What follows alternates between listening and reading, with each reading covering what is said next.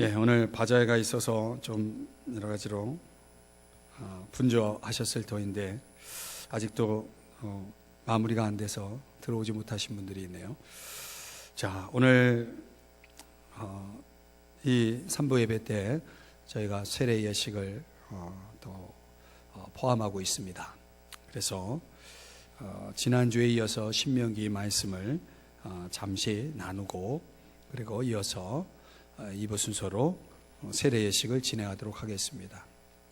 이번 세례 예식에는 우리 어른 1분, 그리고 학생 5분, 또 입교자 2분 이렇게 돼 있는데 한 분은 회사 관계로 불가피하게 또 해외 출장이 걸려서 다음 주에 개별적으로 세례를 받는 걸로 하고 이 자리에 참석 못하고, 또 한 분은 가정 사정상 또 이 자리에 함께 못해서 오늘은 우리 4명의 학생이 오늘 세례를 받습니다. 우리 교회가 참 희망이 있습니다. 우리 아이들에게 이런 또 세례를 베풀 수 있는 기회가 돼서 우리 교회 또 어른들 가운데도 세례 대상자가 있지만 이번에는 신청을 안 해서 그분들에게는 또 세례 기회가 다음에 주어질 것입니다. 자, 오늘 이제 세례식을 준비하면서 별도로 신명기 말씀 말고 다른 본문을 정하려고 하다가 아주 오묘하게 오늘 본문과 세례식과 연관된 주제라 생각해서 제가 이 본문을 그대로 택하여서 오늘 잠시 말씀을 나누려고 합니다. 자, 오늘 두 주제를 다루고 있는데요. 먼저 23장 21절에서부터 23절에서는 여호와께 대한 서원에 대한 진술이 나옵니다. 여호와께 대한 서원. 한번 따라 하십시다. 서원. 자, 우리가 하나님 앞에 이렇게 약속하는 것을 가리켜서 서원한다 이런 얘기를 합니다. 그런데 오늘 본문에는 두 가지, 서원에 대한 두 가지 진술을 하고 있는데, 첫 번째는 서원하지 않는 것은 죄가 아니다. 거꾸로 들으시면 안 됩니다. 서원하지 아니하는 것은 죄가 아니다. 이해가 되십니까? 네. 서원하지 않는 게 죄가 아니라니까요. 이해가 되시죠? 죄가 뭐냐?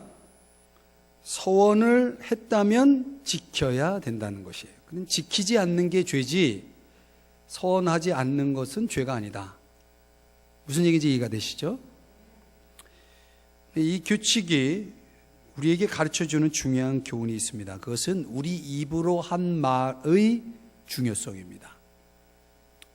주님의 백성들은 누구를 닮아야 합니까? 그렇죠. 주님을 닮아야 합니다.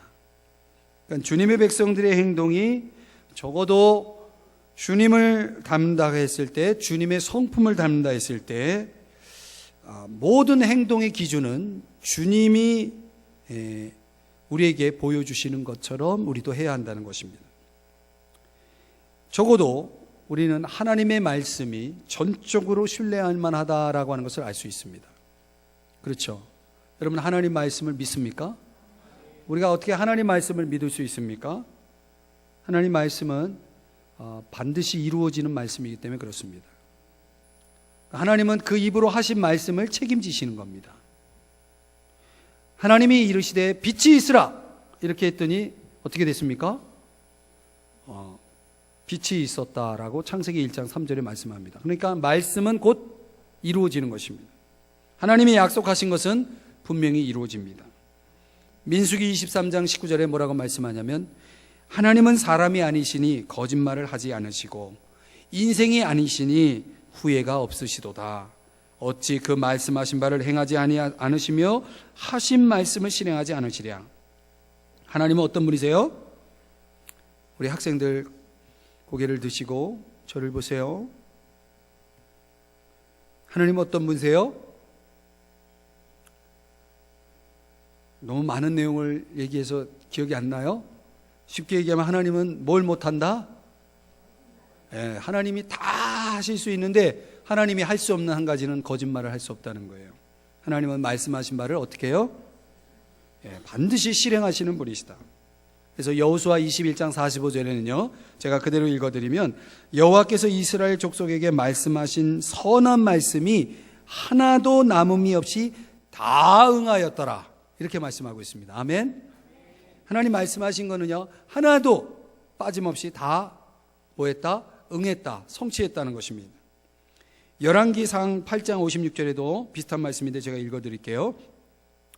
여호와를 찬송할지로다. 그가 말씀하신 대로 그의 백성 이스라엘에게 태평을 주셨으니 그 종 모세를 통하여 무릇 말씀하신 그 모든 좋은 약속이 하나도 이루어지지 아니함이 없도다. 부정의 부정, 강한 강조죠. 하나도 이루어지지 않으함이 없도다. 모든 것이 다 이루어졌다. 하나님 어떤 분이세요? 하나님은 믿을 만한 분이세요. 하나님은 신뢰할 만한 분이십니다. 그렇다면 주의 백성은 그분의 성품을 닮아야 하는 것입니다. 우리도 우리 스스로가 약속한 바를 행할 영적 책임이 있는 것입니다. 그래서 우리는 말로는 뭐든지 할 수 있죠. 그러나 그것을 실행에 옮기는 문제는 사람마다 다 차이가 있는 것 같습니다. 약속을 지키지 않는다면 굳은 결의로 시작된 것이 아주 심각한 범죄로 끝날 수 있다라고 하는 그 가능성을 오늘 21절에서 말씀해 주고 있습니다. 뭐라고 말씀합니까? 보세요. 끝부분에 보면 더디면, 약속을 지키는 것이 더디어지면 그것이 어떻게 된다고요? 내게 죄가 될 것이라, 이렇게 말씀하고 있어요.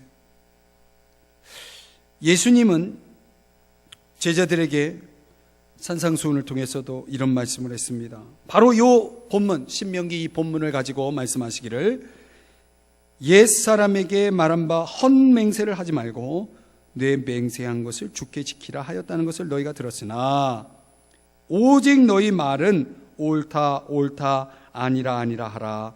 이에서 지나는 것은 악으로부터 나느니라. 언약의 첫 번째 1차적인 의무는 뭐냐면 하나님 앞에 우리가 맹세한 것이 지켜져야 한다는 것이고, 또한 2차적인 것은 뭐냐면 우리 일상 속에서 주고받는 사람과 사람 사이에 이루어지는 대화 속에서도 이루어지는 약속들을 신실하게 지켜야 한다, 이렇게 말하고 있는 것이에요. 그러나 우리가 말을 부주의하게 너무 경솔하게 하는 경우가 많은데, 그렇게 하는 것은 하나님이 기뻐하시지 않는다, 이런 뜻입니다. 주님의 백성은 어떤 의무가 있습니까? 진실해야 할 의무가 있고 신실해야 할 의무가 있는 것입니다. 그러므로 오늘 이 자리에 세례를 받는 우리 네 분은,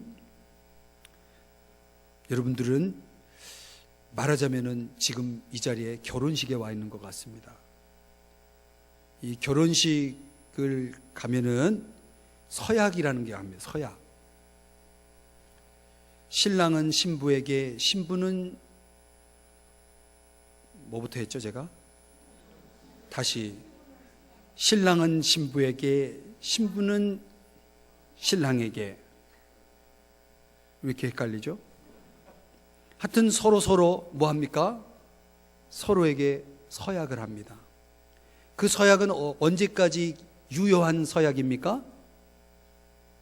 안 해봤죠? 그래서 모르죠.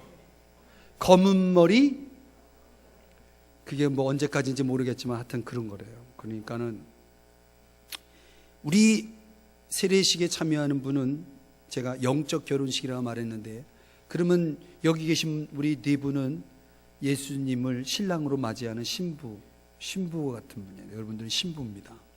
그래서 예수님 앞에, 예수님을 나의 주인으로, 나의 신랑으로, 그분을 내가 모십니다, 받아들입니다, 이거를 하나님 앞에서 또 사람들 앞에서. 결혼식은 어디서 해요? 결혼식장에서 하죠. 그렇죠? 결혼식장에서 합니다. 어떤 분은 물속에 들어가서 하고, 어떤 분은 산속에 들어가서 하고, 이럴 수도 있겠지만 공증이 필요해요. 공증. 사람들이 다 인정해야 됩니다. 이래서 사람들 앞에서 세례를 베푸는 겁니다. 제 방에서 하지 않고 이렇게 우리 회중들, 성도님들이 있는 데서. 그러니까 여기 계신 분들은 어떤 분들입니까? 하객들이에요. 하객들. 결혼식을 축하해 주기 위해서 오신 분들. 결혼식을 위해서 축하해 주기 오는데 오늘 하객들이 좀 적어요. 좀 가득 차야 되는데. 그래서 영적 결혼식에서 서약을 하면은 조금 있다가 제가 서약을 할 때 네 이렇게 대답할 거란 말이에요. 그 입으로만 하면 안 되고 마음으로 네 그래야 됩니다. 아셨죠? 아셨죠? 네. 여러분들은 서약한 대로 사십니까? 세례식 때 뭘 서약했는지도 모르시죠? 결혼해서 살다 보면 자기가 뭘 서약했는지 몰라. 신랑과 신부가. 그죠? 그래서 그런 건 코팅해가지고 잘 보이는 데다가 딱 붙여놔야 되는 겁니다. 그래서 항상 기억해야 됩니다. 검은 머리 팥뿌리가 되도록 어쩌고 저쩌고 그걸 다 기억을 해야 됩니다. 제가 한번 묻겠습니다. 나는 결혼식 때 한 서약을 아직도 기억하고 있습니다. 손 들어 보십시오. 팥뿌리는 다 기억합니다. 근데 서약 내용을 나는 다 기억한다. 한번 손 들어 보십시오.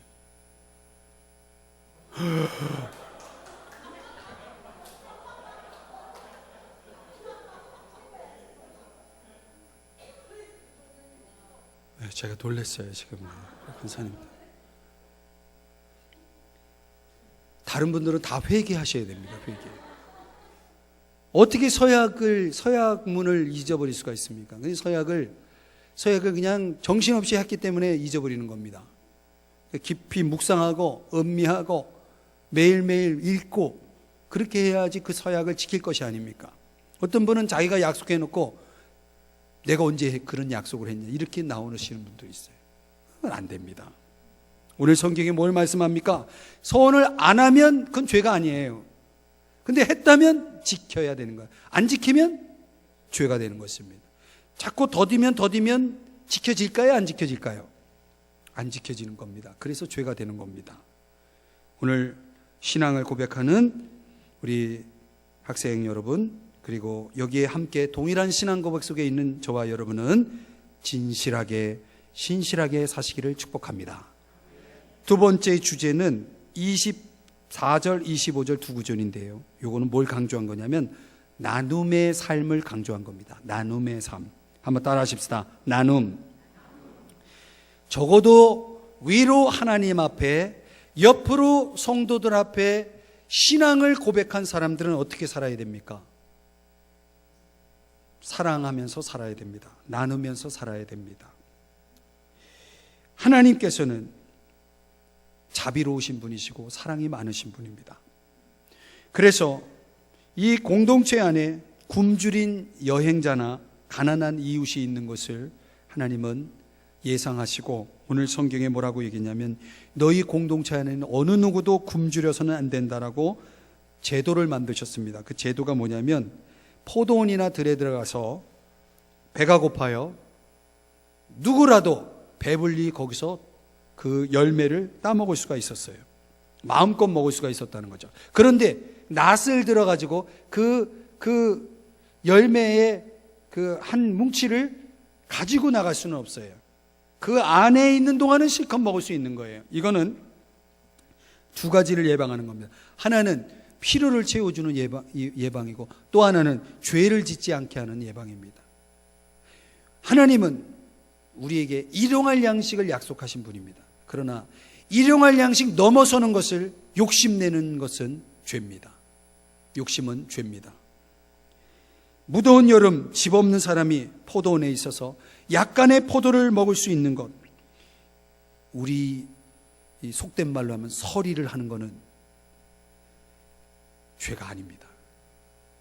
그 현장에서 먹었을 경우, 근데 저는 가지고 나왔어요. 이건 죄입니다. 이건 도둑입니다. 가지고 나오면 죄고 거기서 먹으면 되는데 거기서 먹으면 혼날까 봐 가지고 나왔다가 죄가 됐습니다. 이렇게 된 겁니다. 그렇다고 또 아무밭에나 가가지고, 요즘 사회에 아무밭에나 가가지고 이거 율법에 나왔습니다 그리고 여러분 먹어봐요. 여러분 당장 큰일 납니다. 이건 이 성경의 이야기예요. 이 정신을 배워야 됩니다. 정신이 뭐냐? 내 주변에 가난한 자를 외면하지 말라는 겁니다. 그들이 내가 외면하면 그들이 뭐 합니까? 도둑질을 합니다. 그들이. 왜? 살아야 하니까. 그래서 우리 주변에 여러 도난 사고 또 이런 여러 가지 사건 사고들이 일어나는 이유는 뭡니까? 그들이 오죽했으면 그렇게 했겠습니까? 그들을 돌보지 않은 우리들의 죄입니다. 이 사회가 범죄가 많다라고 하는 것은 그만큼 그 사회가 무엇이 없다는 얘기예요? 사랑이 없다는 얘기예요. 사회가 서로 사랑하면 그만큼 죄는 줄어드는 겁니다. 우리가 열심히 나눠봐요. 그러면 그 나눔의 사랑을 통해서 우리 사회는 점점점 범죄가 없어지는 거예요. 사랑이 메말르니까 더 사람이 악해지고 죄가 많아지는 것입니다. 하나님 말씀대로 살아봐요. 오늘 오전의 말씀처럼 말씀대로 살면 얼마나 행복한지 몰라요. 그러나 우리가 사람들을 즉각적으로 돕지 않으면 당장 생명의 위협을 받는 사람들은 적극적으로 돌봐야 된다. 이런 차원에서 하나님께서는 그분의 자비와 선하심에 기초하여서 주의 백성들이 어려운 이웃들을 사랑하라고 자비를 보여주라고 말씀하고 있는 것입니다. 이 정신이 실천되어지기 위해서 저와 여러분에게 필요한 것은 무엇이냐면 바로 감사합니다. 하나님이 우리에게 은혜로 주신 것들에 대해서 우리는 마땅히 나눠야 됩니다. 야고보서 1장 27절에 참된 거룩, 참된 경건은 고아와 과부를 그 환난 중에 돌보고 또 자기를 지켜 세속에 물들지 아니하는 그것이니라. 이렇게 말씀하고 있습니다. 위로 하나님의 뜻 가운데 자기를 지킬 줄 알아야 되고, 옆으로 다른 사람들의 필요를 채워줄 줄 아는 사람이 진짜 경건한 사람입니다. 그러니까 여러분, 존 웨슬리가 얘기한 것처럼 가능한 한 모든 수단으로, 가능한 한 모든 방법을 동원해서, 가능한 한 모든 곳에서, 가능한 한 언제든지, 가능한 한 모든 사람에게, 가능한 한 오랫동안 당신이 할 수 있는 가능한 한 모든 선한 일을 해야 한다. 몇 번이나 나왔어요? 가능한. 이렇게 살라라고 우리 선교교단의 교리를 창시한 우리 존 웨슬리라고 하는 유명한 우리 믿음의 선배가 그렇게 얘기한 것입니다. 자, 오늘 말씀을 정리하면 두 가지예요. 우리가 어떻게 살아야 됩니까? 진실하게 살아야 됩니다. 신실하게 살아야 됩니다. 그리고 자비롭게 살아야 됩니다. 자비로운 자가 되어야 됩니다. 세례와 성찬식은 위로 하나님께, 옆으로 공동체에 이런 진실함과 신실함으로 또 사랑으로 선신하고 따르겠다라고 하는 그러한 공동 운명체를 선언하는 의식입니다. 그래서 제가 이 신명기 23장 이 21절 이하의 말씀을 보다가 여기 세례의 정신이 다 들어있구나. 그래서 오늘 이 본문을 택하여서 여러분들에게 나누었습니다. 기도하시겠습니다.